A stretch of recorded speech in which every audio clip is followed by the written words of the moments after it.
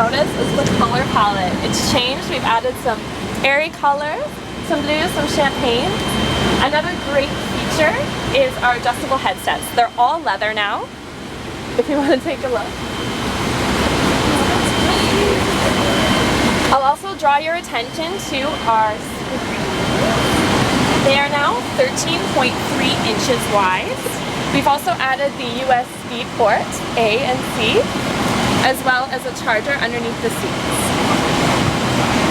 Did you want to have a seat? They also recline quite far as well, so there's lots of space. And we can fit 306 passengers in this cabin. Flown with us before in economy. This is what the meal tray looks like. We also have children's toys on board for kids 12 and under.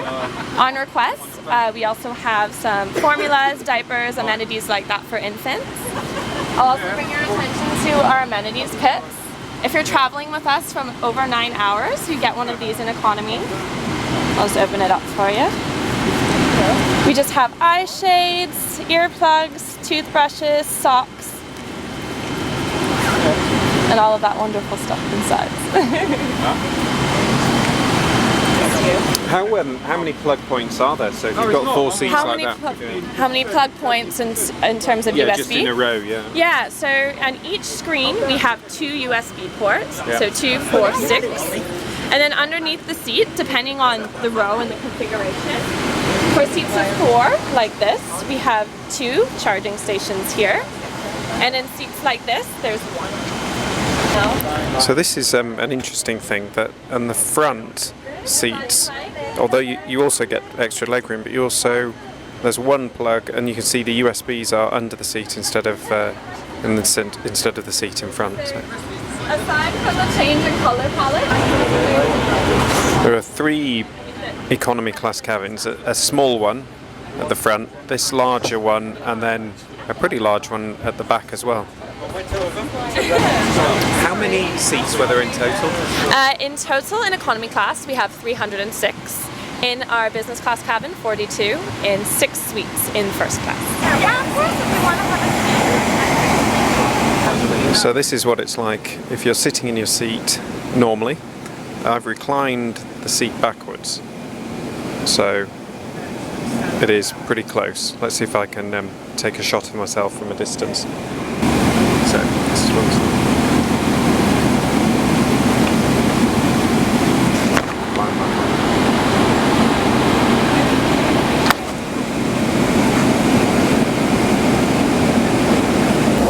And this is the final cabin, the back cabin.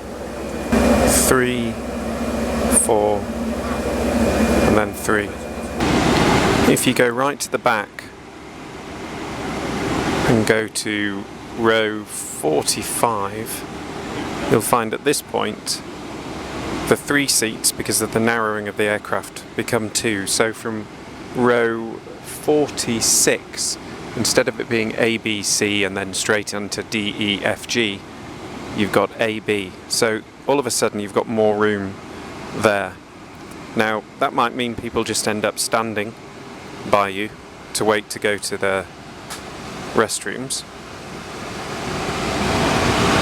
But it also means one row to definitely avoid is that one there. Can you see that? So you imagine the trolley coming along here. Which seat is it going to hit? So I declare that the worst seat on this plane is 45C. This one here. If you're on 45C, you're in trouble. And the same applies to 45H. Obviously there's no IFE screen in the back because there's no one sitting behind it, but you can see who's going to catch the trolley. This is the configuration from the back of the 3rd cabin of economy, so they're right at the back of the aircraft. In the very back row is row 50. It's just A and B. I mean, from one point of view it's good, but from another point of view you've got the toilet directly opposite your seat, so I don't know. I don't think I'd want row 50 or 49. But once you get to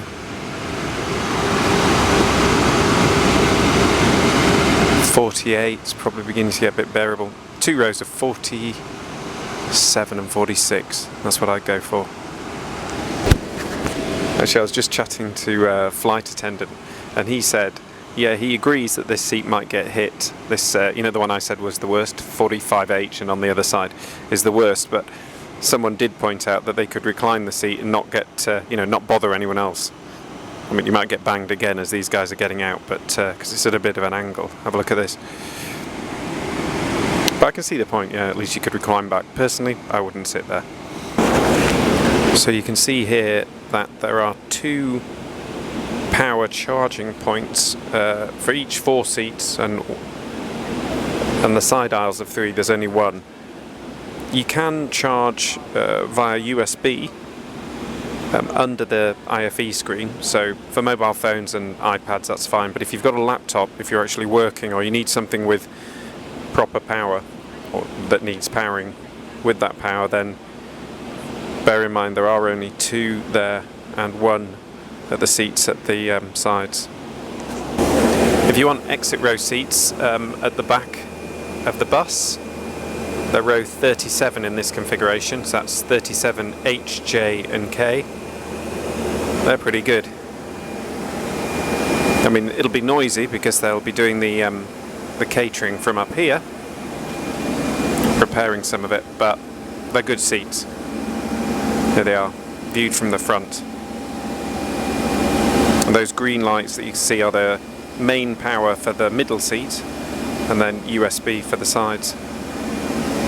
So it's row 37 there. It's actually row 38 front row here, but obviously you've got the risk of bassinets for those seats. Bassinets being what they put the babies in. Those are the holes where they put them in, not the babies, the bassinets. And then back to row 37 here, C, B and A. This is the middle cabin, viewed from the back, from row 36. Now imagine you had a baby, this is what it would look like. And the front row in this cabin with exit seats is 24, which is H, J and K. There's a row 23 in front, but that has got the bassinet in. And this is the front one, 21 through to 17. This is the front of those ones. The front row 17 here, you haven't got extra legroom particularly, but I think this would be a good one to get, row 17, because you've got business class in front, so you're not going to get footfall.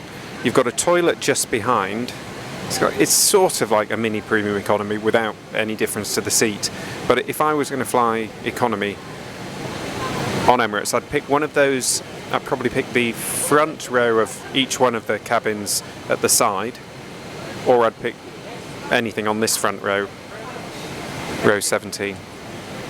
Talking about the first